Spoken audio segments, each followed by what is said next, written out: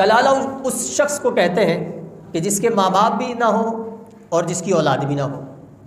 اب اگر وہ فوت ہو جاتا ہے تو اس کا مال کس طرح تقسیم ہوگا؟ ایک صحابی رسول حضرت جابر بن عبداللہ رضی اللہ تعالی عنہ یہ شدید بیمار ہوئے، اور اتنی شدید بیماری کہ یہ بے ہوش پڑے ہوئے تھے۔ نبی کریم علیہ الصلوۃ والسلام جناب ابو بکر رضی اللہ تعالی عنہ کے ساتھ ان کے پاس تشریف لائے۔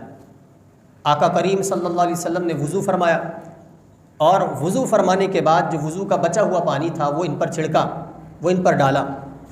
تو آقا کریم نے جو اپنا بچا ہوا وضو کا پانی ان پر ڈالا تو ان کو ہوش آ گیا۔ جب انہیں ہوش آیا تو حضرت جابر عرض کرتے ہیں یا رسول اللہ صلی اللہ علیہ وسلم میں اپنے مال کا کیا کروں، میں اپنے مال کا کیا انتظام کروں؟ کیونکہ انہیں یہ لگتا تھا کہ شاید یہ میرا مرض الموت ہے، عام مرض نہیں ہے، شاید اب میں زندہ نہیں رہوں گا۔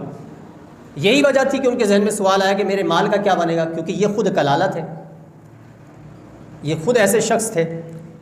تو لہٰذا انہوں نے جب یہ استفسار کیا رسول اللہ میں اپنے مال کا کیا انتظام کروں، تو اس پر یہ آیت کریمہ کا نزول ہوا کہ یستفتونک قل اللہ یفتیکم فی الکلالہ، کہ آپ سے یہ کلالہ سے متعلق فتویٰ پوچھتے ہیں، اس پر آیت کریمہ کا نزول ہے۔ لیکن ابو داؤد، یہ بخاری کی حدیث ہے جو میں نے آپ کے سامنے عرض کی، ابو داؤد شریف کی حدیث میں مزید الفاظ ہیں۔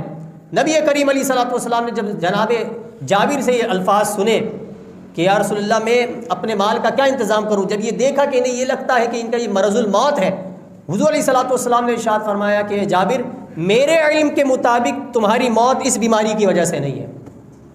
یہ آقا کریم علیہ الصلوۃ والسلام کا علم تھا جو اللہ تبارک و تعالیٰ نے اپنے حبیب کو عطا فرمایا، جو آپ مطلع فرما رہے ہیں جابر کو، جابر تمہاری موت اس بیماری کے اندر نہیں ہوگی، پریشان نہ ہو۔